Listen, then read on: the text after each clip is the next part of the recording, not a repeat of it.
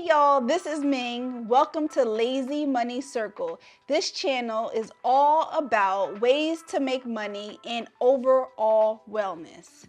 All types of wellness, but today we're going to talk about physical wellness and how to get our bank accounts up and monetize the gifts that we have. I've always wanted to be a children's book author, so I'm going to tell you how to do it in this video. So before we get to the how, I'm going to show you the product and the result. So the first book that I wrote is a children's book, and all three of these books I'm going to tell you about are true stories about my childhood and how all the elders in my childhood significantly influenced the way I treat money, the way I think about money, and the way I use money today. The first book is called Noodles Gets Allowance. This book is about Aunt B. Aunt B gave me allowance as a child. Actually, she gave me $3 a week, depending on how many weeks it was in a month, that determined how much money I would get the first of each month. So if it was $3 a week times 4 weeks that month, I would get $12.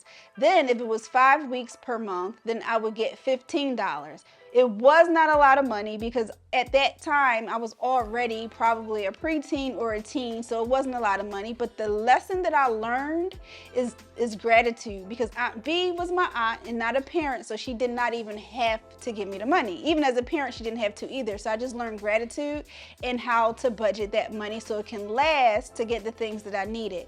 So in the book, it talks a lot about spending, saving, and giving, and it teaches children how they should dispense their money once they get it from allowance. So it's a learning tool.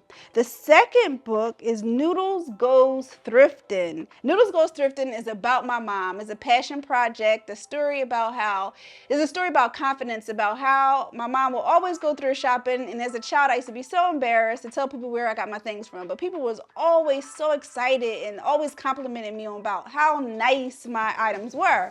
So eventually I got the courage to tell them where it actually came from, and guess what? They wanted one too. It was nothing to be embarrassed about. So this book is all about confidence in children.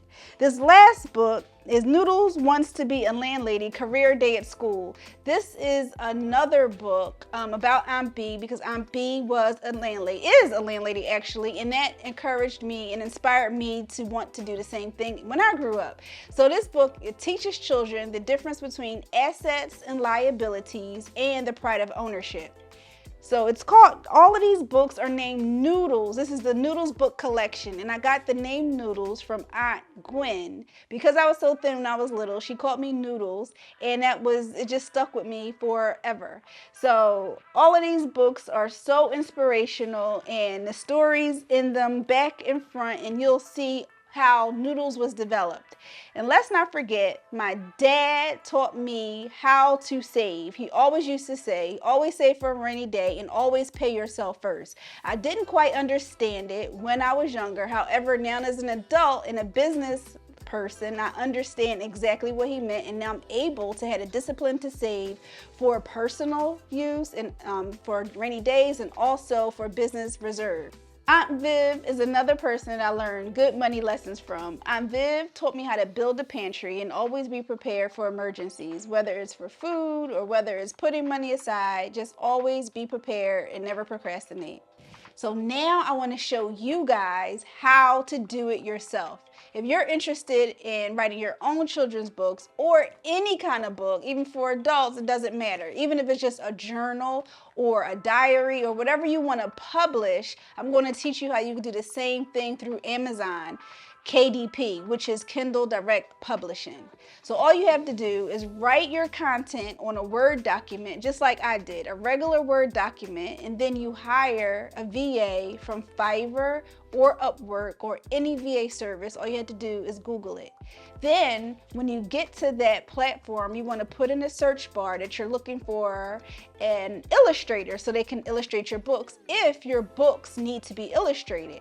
Then you want to put in the search bar again and look for an editor. The editor will search the book and make sure you have no grammatical errors, and also they're formatted for a print copy, which is a hard copy, or an ebook, depending on what you want. Either way, it has to be formatted, and you can ask a professional on Upwork or Fiverr to do it for you.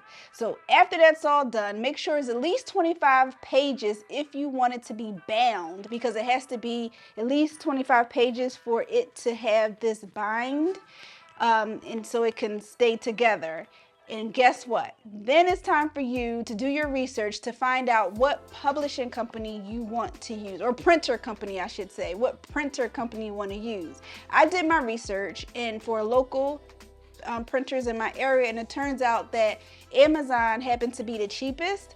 So all I had to do is go on their website and order copies.